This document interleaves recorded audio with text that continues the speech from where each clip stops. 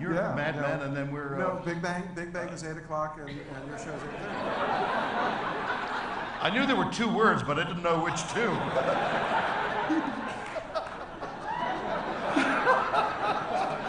Which goes to show you how little I know about any of these things. People say, do you know? I don't know anybody. I ride a horse.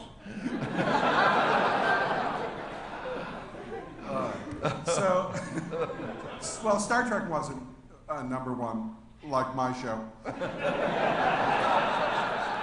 It was lower. It was canceled. You moved on. That's a job I did. The job is done. You go over it. You find the next thing. In the meantime, they show the reruns. They sold it cheap, and because they sold it cheap into syndication, it ran constantly. So you're done with it. You've moved on. And the legalities were that, as against now, where actors and everybody are paid every time it's played, there was a limit of, like, I think 5 replays, which had been done already. So when it went into syndication, nobody, but particularly the actors, nobody got paid. Right. So it was, they owned it. They owned the film. Sure, they can show the film as many times as they want and get paid for it.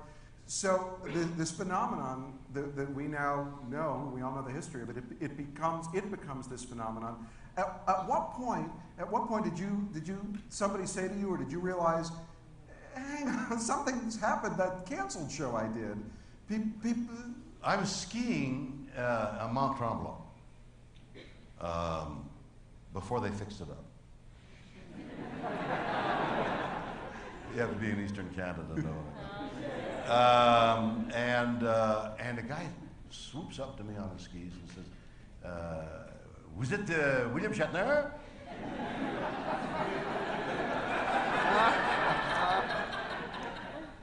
That's French. He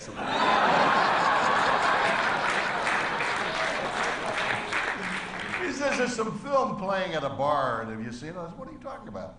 Well, the editors of our show, I presume you guys would have done the same thing, took the outtakes of all our stuff, spliced them together, Christmas party, put 10 minutes on, and here are all the funny things that the actors did when that nobody will ever see again, because we'll destroy this film.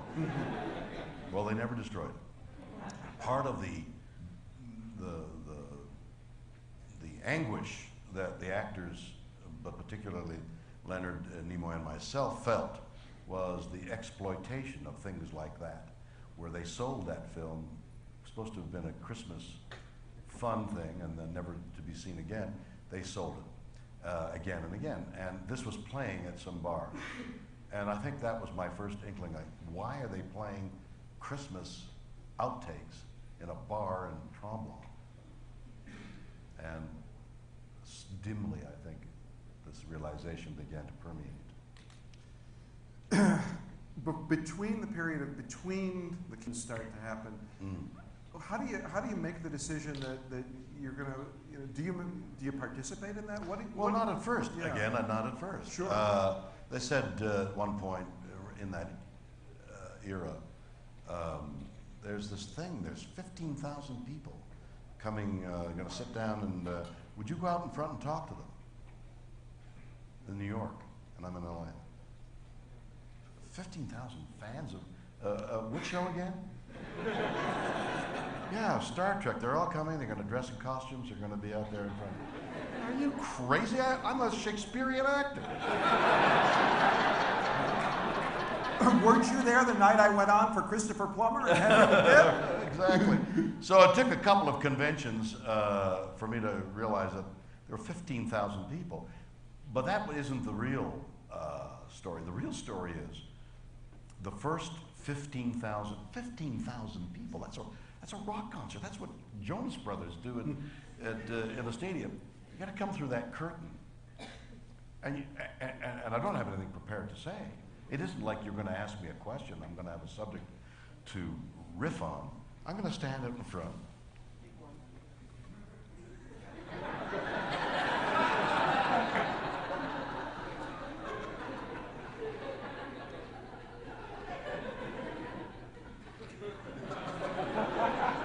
By the way, there was a comic, maybe you'll know his name, who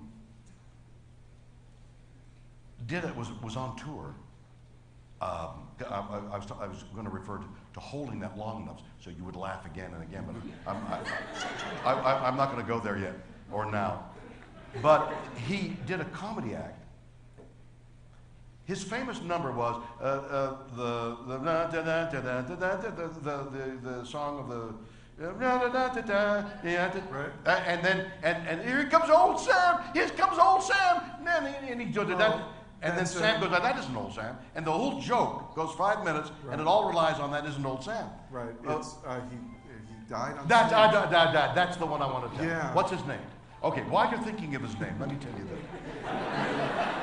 I'm in Los Angeles. I go see this great comic, Dick Shawn. Dick Shawn, yeah. Dick Shawn, great comic.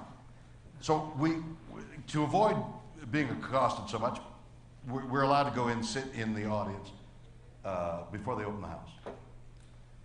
15 minutes before. So for 15 minutes, we're sitting right there, and there's this pile of newspaper there. And then the audience is loud, oh God. And about 20 minutes after we're there, boom, out of the newspapers springs Dick Shawn. He's been there the whole time.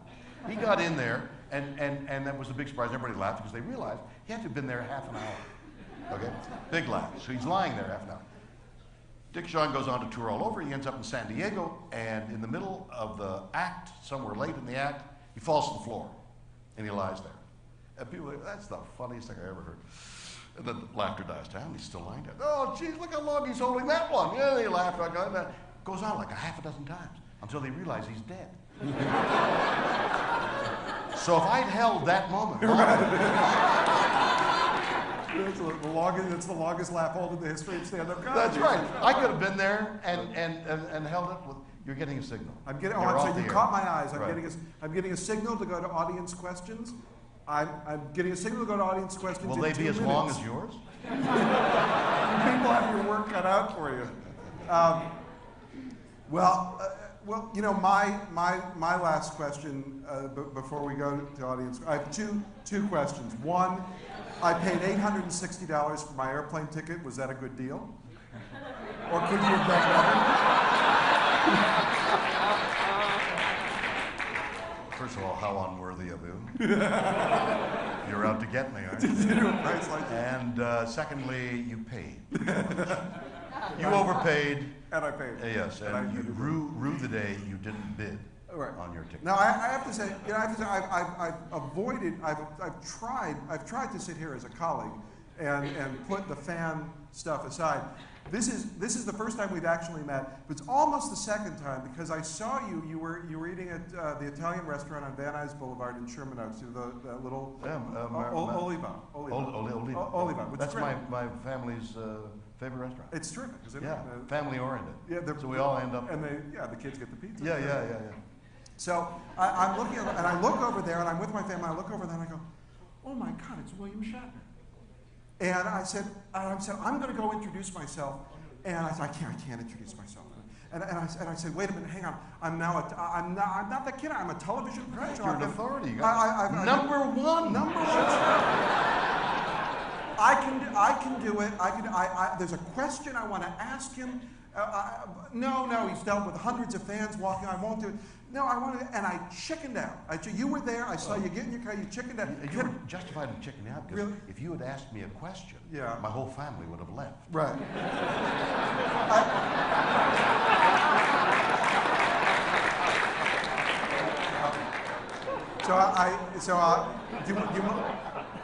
Do you mind if I ask you now? Because it's not, you know, it's a. Not at all. Okay. Please ask me a question. In Star Trek II: Wrath of Khan. Yes. How can Khan recognize Chekhov? Because in the original series in Space Seed, when Khan was revived from suspended animation, Chekhov hadn't been assigned to the Enterprise. That's true. Yeah. But dimly inserted in the DNA of Khan lies a ability to see things that could and might exist in the future.